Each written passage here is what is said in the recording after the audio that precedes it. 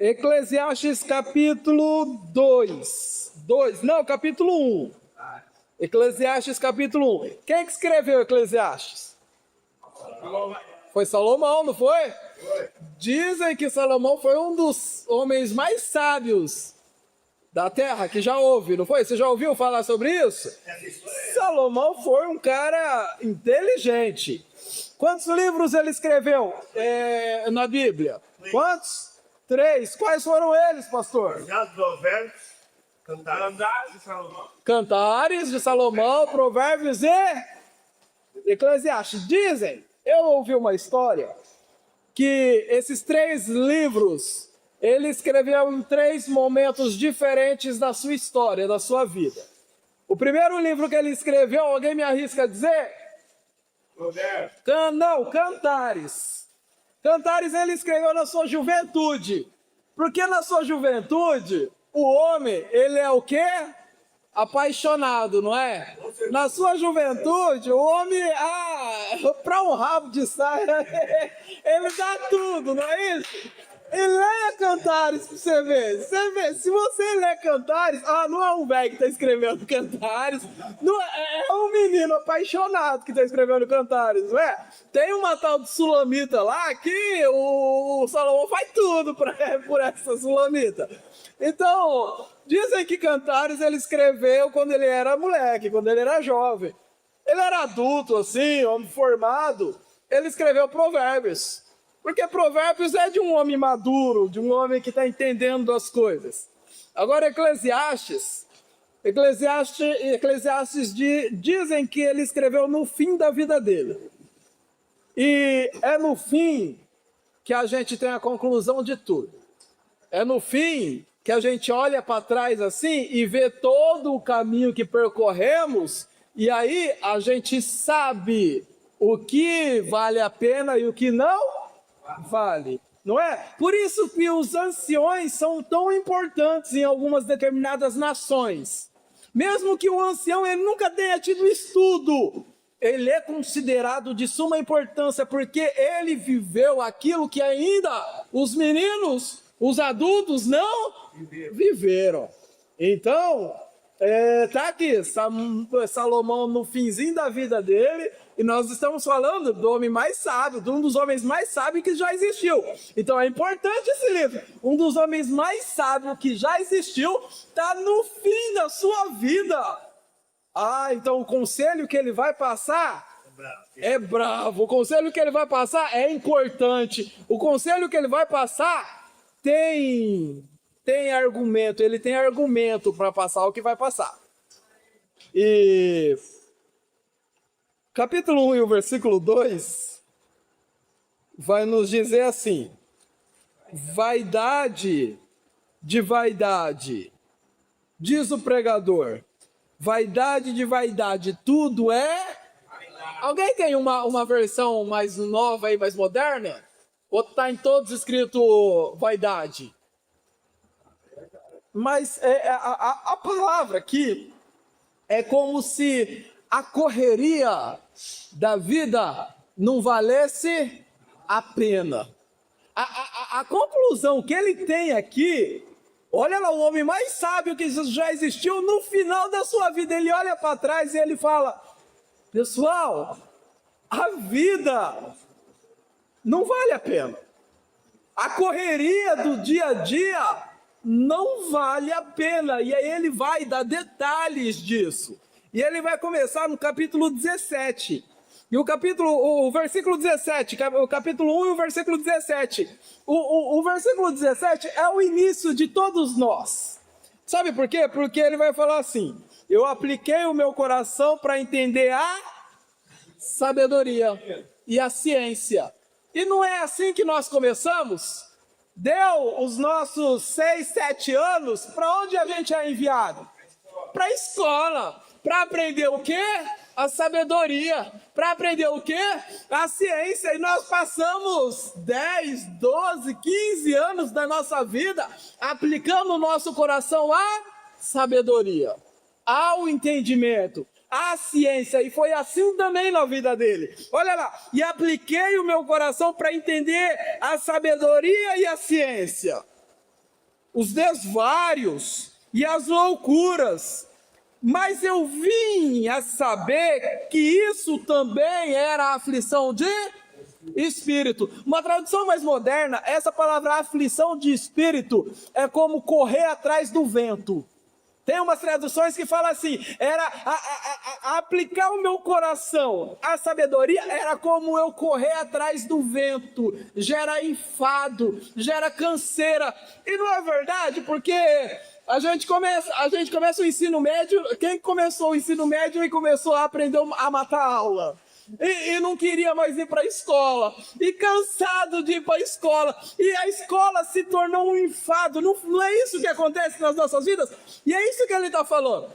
A gente começa aplicando no nosso coração a sabedoria, ao entendimento, a conhecer as coisas, e no começo é gostoso, mas à medida que o tempo foi passando, isso vai ficando o quê? Chato. Isso vai ficando o quê? Cansativo. Isso vai ficando o quê? Monótono. É isso que ele está falando. E ele vai falar, verso 18, porque na muita sabedoria há muita canseira, e o que aumenta a ciência acrescenta o quê? Trabalho. E é verdade, bem verdade o que ele está falando, porque nós passamos por isso. Nós vivemos isso e nós cansamos da escola. Nós não queríamos mais saber de escola. E aí, capítulo 2, verso 1, ele vai dizer: então disse eu no meu coração, ora vem, eu vou provar a alegria, eu vou gozar o prazer. E isso é a juventude do ser humano, não é? Não é? A gente cansa da escola, a gente cansa do conhecimento, e o período que a gente cansa disso é o período que a gente está passando para a nossa juventude, não é? É passando para ser jovem. E aí, o que o jovem quer? O jovem quer bagunçar. O jovem quer desfrutar as alegrias que o mundo dá. O jovem quer gozar os prazeres que o mundo dá. E olha Salomão passando para nós detalhes por detalhes da nossa vida. Começamos na escola e nos cansamos. E aí nós éramos jovens e falamos assim, agora eu vou matar a aula, não quero mais saber de estudar não, agora eu vou me divertir. Aqui ó, ora, disse eu, vem, eu vou te provar, eu vou provar a alegria, eu vou gozar o prazer. Mas eu vi também que isso era o quê? Vaidade. E ao riso disse, tá doido. E a alegria eu disse, de que serve? Porque chega uma hora também que a juventude, ela se torna o quê? Cansativa. Chega uma hora que as noites de balada não tem mais sentido. Chega uma hora que as noites, as noitadas, as bagunçadas não faz mais sentido e não preenche mais a alma do jovem.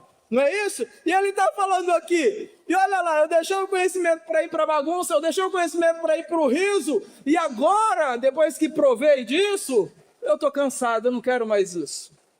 É nessa hora que chega o versículo 3.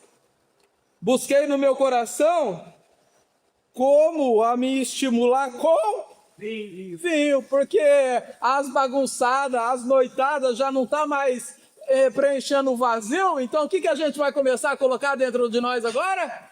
É bebida, não é? As drogas, isso, aquilo. Não é a nossa vida essa. É a nossa vida, é a vida do ser humano essa. E ele ainda diz, e ainda que eu me enchi de vinho, ainda que eu me entreguei às coisas podres deste mundo, eu vi ainda que isso era vaidade, que isso era canseira, que não valia a pena e não preenchia o vazio que tinha dentro de mim. E aí, o versículo 4 é a hora que o moleque toma juízo. Não é? Porque chega uma hora que o jovem, ele para de bagunçar, ele olha assim e fala, eu tenho que arrumar uma mulher para casar, não é isso? Eu tenho que arrumar um serviço registrado, eu tenho que procurar comprar uma casinha para mim, eu tenho que procurar comprar um carro para mim. Não chega essa fase das nossas vidas? E chegou para Salomão também, ele está nos ensinando aqui. Ele falou, olha lá, eu fui para bagunça, só que não encheu, eu me cansei, não quis mais isso. E eu comecei a olhar que eu precisava agora era de um serviço, que eu precisava de uma estabilidade, que eu precisava de uma família, que eu precisava de uma casa, que eu precisava de um carro. E é isso que ele está falando, olha lá no versículo 4. Fiz para mim obras magníficas, edifiquei casas, plantei para mim vinhas, fiz para mim hortas, jardins, plantei neles árvores de espécie de todas as frutas.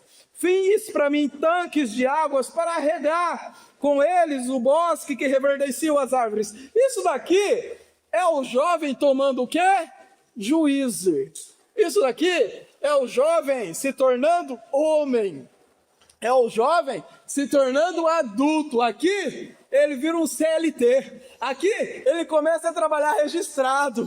Aqui ele começa a ter compromisso, ter responsabilidade.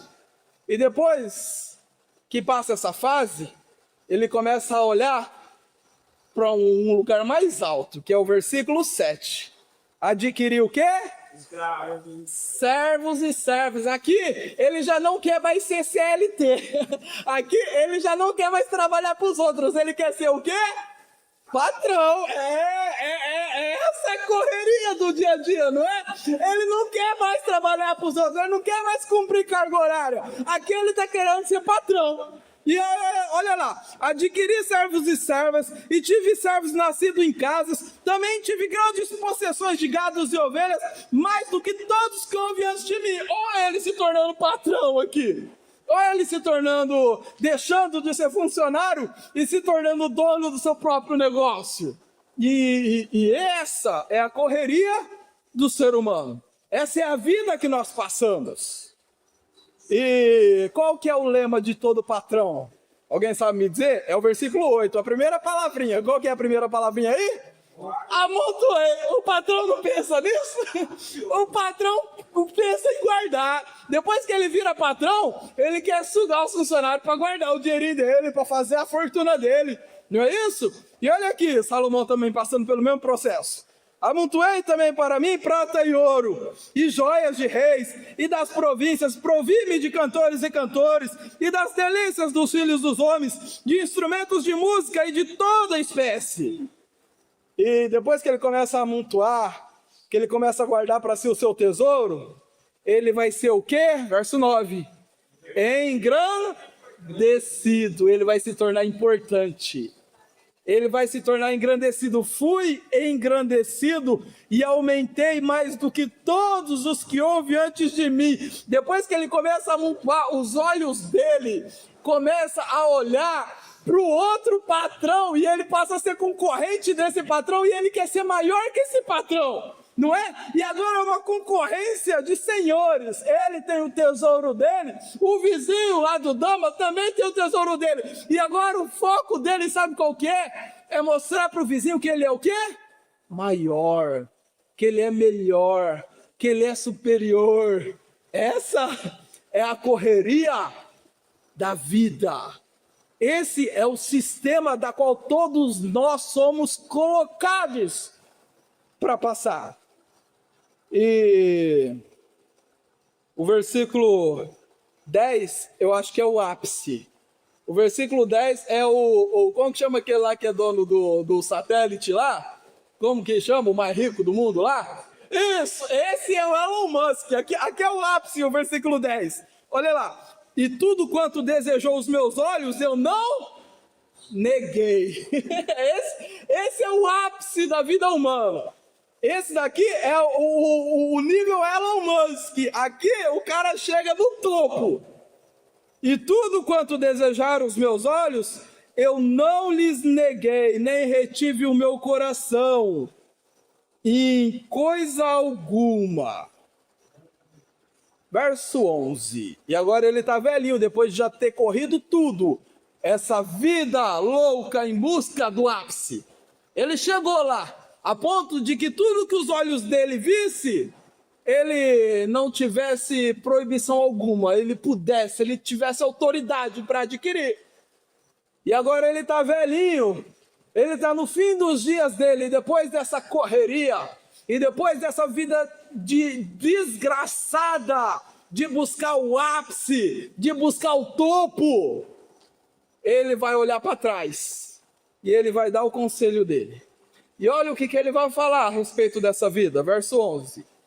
E olhei para todas as obras que fizeram as minhas mãos, como também para o trabalho que eu trabalhando tinha feito, e vi que tudo era vaidade, tudo era aflição e que proveito nenhum havia debaixo do sol. E olha o conselho que o homem mais sábio que já houve entrega para nós, para os filhos de Deus. Ele está falando que a correria desgraçada de se chegar ao ápice não compensa, não vale a pena. Sabe por quê? Porque ele falou que quando a gente chegar lá no ápice, a gente já vai estar velhinho, a gente já vai estar no fim dos nossos dias, e a gente vai olhar para trás e vai se arrepender das escolhas que fizemos. E aí, capítulo 9, vamos lá para o capítulo 9. Eclesiastes. Isso, capítulo 9 de Eclesiastes.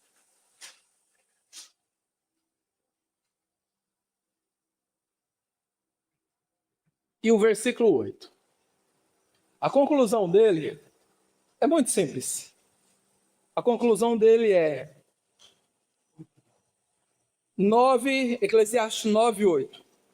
Em todo o tempo, sejam alvas, não tenha manchas nas suas roupas, faça o que é certo, faça o que é justo, faça o que é bom, porque na correria de você chegar ao ápice, centenas e centenas de vezes você vai ter que passar o seu irmão para trás, você vai ter que roubar daquela pessoa, você vai ter que pisar naquela pessoa, e ele está falando o seguinte: em todo o tempo sejam brancas as suas roupas, nunca falte o óleo sobre a sua. Óleo aqui está falando de relacionamento com Deus. Ele está falando do que importa. Não importa a correria da vida, não importa você tentar chegar lá no ápice, mas em todo tempo faça o que é certo. Nunca falta o relacionamento que tu tem com Deus. Nunca deixe faltar o óleo, o relacionamento que nós temos com Deus. Goza, verso 9. Goza a vida com a tua mulher que amas. Todos os dias da tua vida, ao invés de você correr, se matar no trabalho, não ter tempo para a família, não ter tempo para a esposa, ele está falando: não, goza com a tua mulher a vida que Deus te deu todos os dias da tua, os quais Deus te deu debaixo do sol, porque essa é a nossa porção. Essa é a nossa porção. Foi isso que Deus deixou para nós. E é isso que vai satisfazer o homem quando ele chegar no fim dos dias da vida dele. Que lição, né? Meu Deus do céu! A correria da vida de tentar chegar lá no ápice, de tentar ganhar dinheiro, de tentar ficar rico. Salomão está falando que não vale o quê? A gente vai chegar lá e vai se arrepender das escolhas que nós fizemos. E aí ele pega e fala: a porção que Deus deixou para cada um de nós é sempre fazer o que é justo, sempre fazer o que é bom, sempre não ter mancha nas nossas vestes, nunca deixar o óleo faltar, nunca deixar o relacionamento morrer com o Criador, nunca deixar o relacionamento com o Espírito Santo morrer, e curtir a nossa vida com a nossa mulher e com os nossos filhos. Porque se tem uma coisa da qual a gente se arrepende, é de nunca ter presenciado o primeiro dente do nosso filho caindo. Onde você estava, Diego? Eu estava trabalhando que nem um condenado, fazendo hora extra para tentar subir na vida. Não é essas nossas respostas? Diego, onde estava a primeira vez que sua filha caiu de bicicleta, Diego? Eu estava trabalhando que nem um condenado, fazendo hora extra para tentar subir na vida. Diego, eu estava a primeira vez que a tua filha virou mocinha, Diego. Eu estava trabalhando que nem um condenado para tentar subir na vida. E a nossa resposta é sempre essa: eu sempre estou trabalhando que nem um condenado porque eu quero é subir na vida, quando não é isso que Deus deixou para nós. Quando não é isso, isso é o que o diabo deixou para nós. Isso é o que o inimigo das nossas almas deixou para nós, para destruir e deixar um vazio dentro de nós quando nós chegarmos no fim dos nossos dias. E o nosso Deus nos fala, se a gente está lá, vendo o primeiro dente cair, se a gente pegar a nossa esposa do final de semana e levar um lanchinho da esquina lá e comer um cachorro quente em família, se a gente pegar e levar nossa filha no zoológico lá para ver, no campinho perto de casa, passar tempo com a nossa família, é isso que vale o quê? A pena. É isso que é importante para as nossas vidas. E o dinheiro, o amor ao dinheiro, Jesus falou, cuidado no que você coloca o teu tesouro, porque onde tiver o teu tesouro, aí vai estar o quê? O seu coração. E esse sistema impiedoso que o inimigo colocou na humanidade, destrói o ser humano, acaba com a felicidade do ser humano. Paulo vai falar, estejamos contentes se nós temos o que comer, se nós temos o que vestir, se nós temos um teto para ficar, o amanhã a Deus pertence. A nossa preocupação é sempre com o amanhã.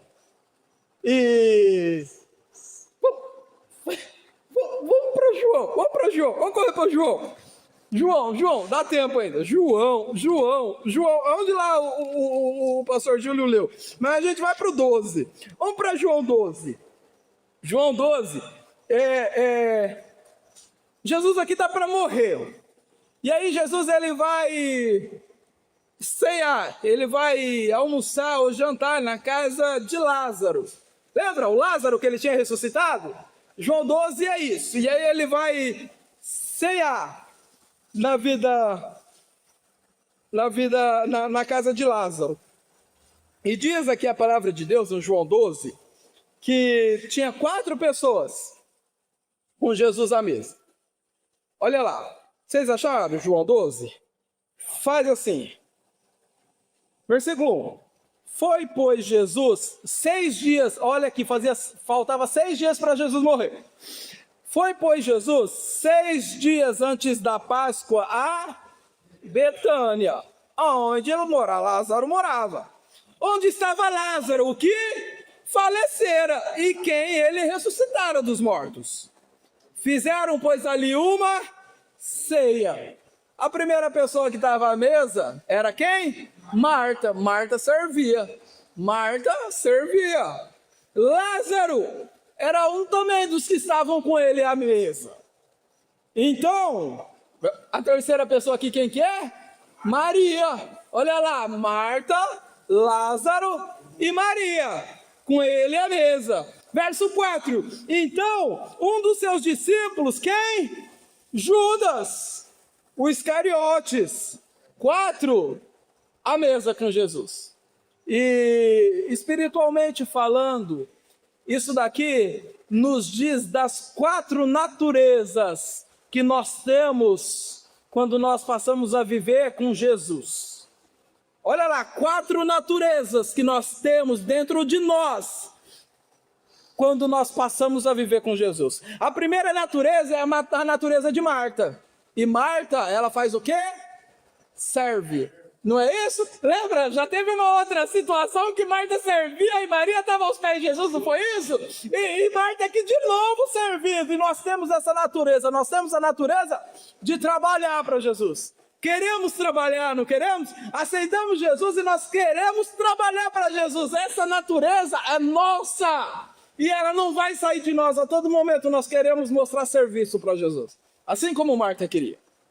Também tinha Lázaro, e a natureza de Lázaro, olha o versículo 10. Olha o versículo 10 que diz: e os principais dos sacerdotes tomaram deliberação para matar também Lázaro. Porque por causa de Lázaro, muitos dos judeus também o quê? Criam em Jesus. Eles queriam matar Lázaro, porque Lázaro, o testemunho de Lázaro trazia salvação na vida das pessoas. E a natureza de Lázaro, sabe qual que é? Os milagres e as experiências que nós temos com Jesus, faz o quê? Trazem salvação para outras almas. Isso é uma outra natureza nossa. Nós temos a natureza de Marta, que é servir. Mas nós temos também a natureza de Lázaro, que os milagres que Jesus fez dentro das nossas vidas servem como o quê? Como pregação do Evangelho. E muitas pessoas creem em Jesus por causa dos milagres que Jesus fez nas nossas vidas. Existe também a natureza de Maria.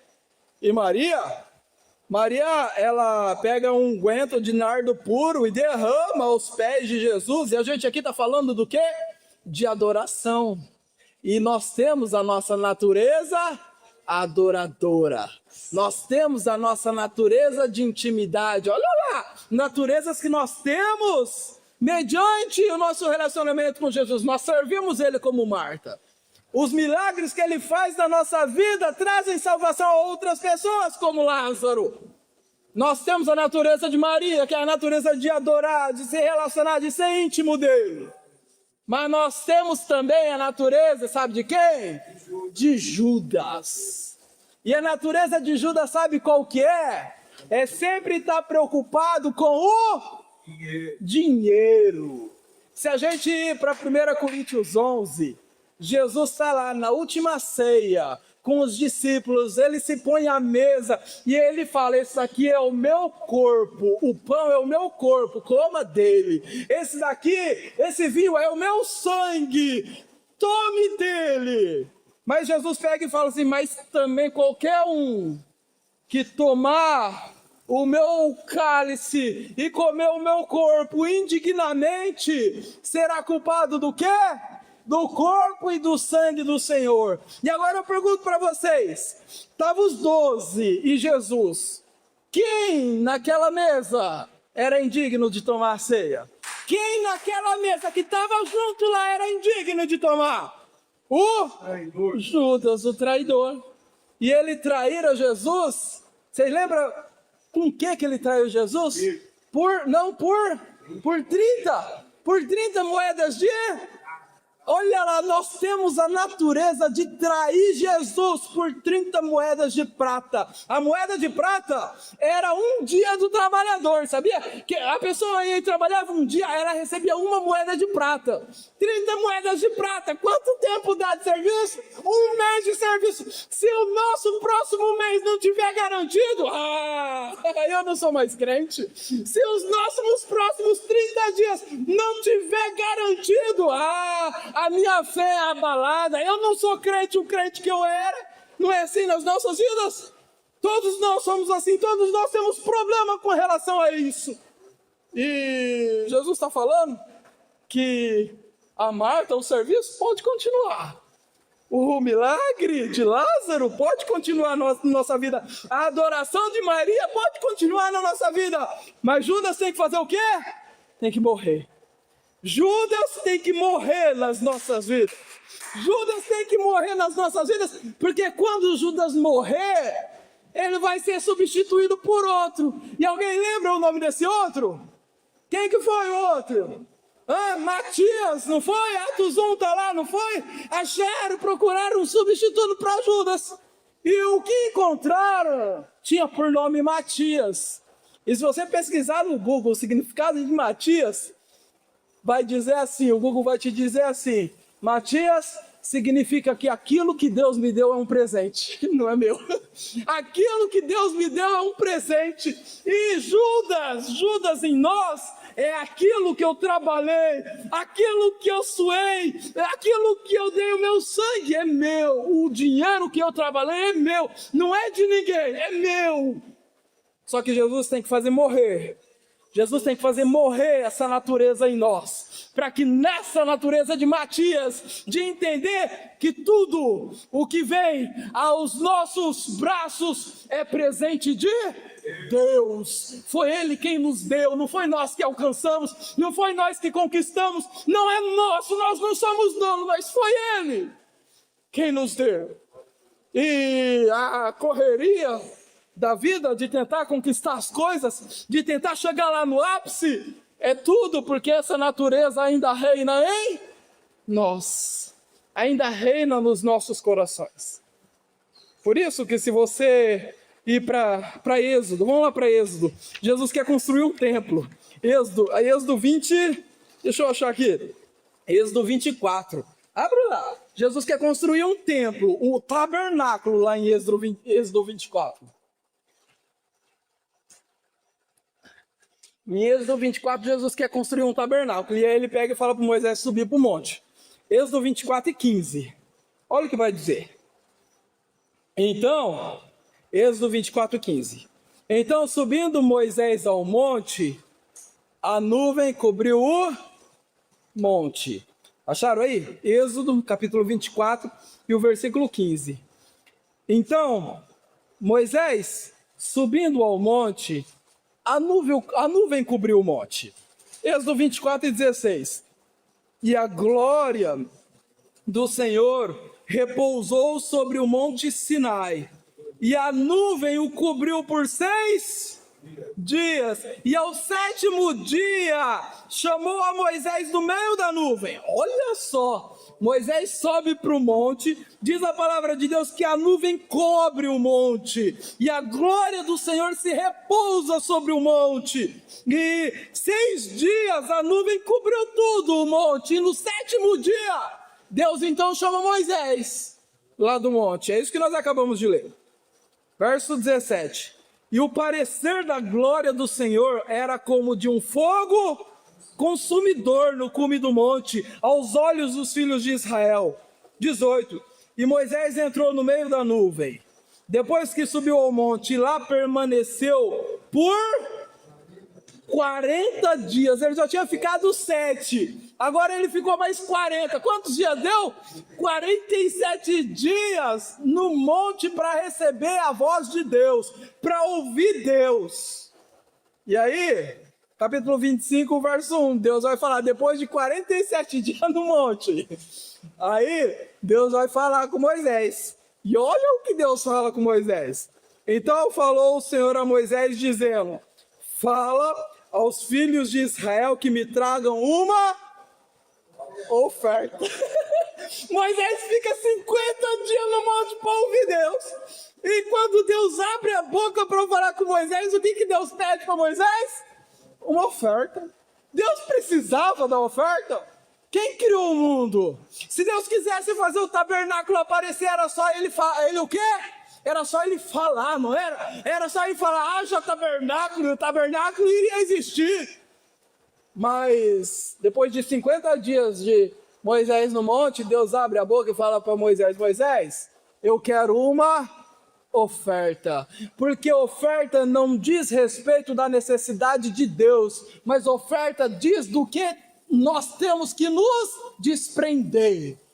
Oferta não diz a respeito do que Deus precisa, mas diz a respeito do que nós temos que deixar, nós temos que abandonar, que é o amor ao dinheiro, o amor à correria para nós chegar lá no ápice. Isso daqui não é porque Deus assim quer, é porque a gente vai chegar lá e vai ter se arrependido das escolhas que tomamos. Para terminar, vamos para Mateus 21. Mateus 21. Lógico que pode. Amém. Mateus 21. O versículo é o 12. Mateus 21 e 12. Você viu que o tema hoje foi dinheiro, né? Mateus 21 e 12. E Jesus entrou no templo. E se a gente fechar o olho e imaginar esse versículo, nós vamos ver o templo reconstruído por Herodes, né? Imagina aquelas colunas grandonas assim, e as pedras bonitas, todo de ouro e tal, cheio de gente, de sacrifício, e Jesus entrou no templo. E isso daqui é a imaginação teológica que nós temos, mas a imaginação espiritual que nós temos desse texto, quem que é templo? É aquele templo que está lá em Jerusalém? Não, quem que é templo? É nós. Então Jesus está entrando aonde? Em nós. Olha lá, aqui é Jesus entrando em nós, não é Jesus entrando naquele templo lá. E Jesus entrou no templo de Deus. Isso daqui está falando do dia que eu e você aceitamos o dia que nós dobramos o nosso joelho, levantamos as nossas mãos. Foi isso daqui que aconteceu. E Jesus entrou no templo de Deus. E aí o que ele faz quando ele entra? Ele expulsou todos os que vendiam e compravam no templo, derrubou as mesas dos cambistas e as cadeiras dos que vendiam pombas. E é isso que Jesus faz quando nós aceitamos a Ele. Sabe por quê? Porque o meu pai, a minha mãe, o sistema me ensina que tudo na minha vida é dinheiro. Eu levanto 7 horas da manhã e trabalho até as 7 horas da noite para ganhar o quê? Dinheiro. Tudo é negócio, tudo é negociar. Vivemos num mundo capitalista que a única coisa que vale, o que faz o homem valer é o tanto que ele tem. E Jesus entra no templo para destruir isso. Jesus entrou nas nossas vidas para destruir esse sistema capitalista. Jesus entrou no templo, entrou nas nossas vidas para fazer morrer Judas dentro de nós.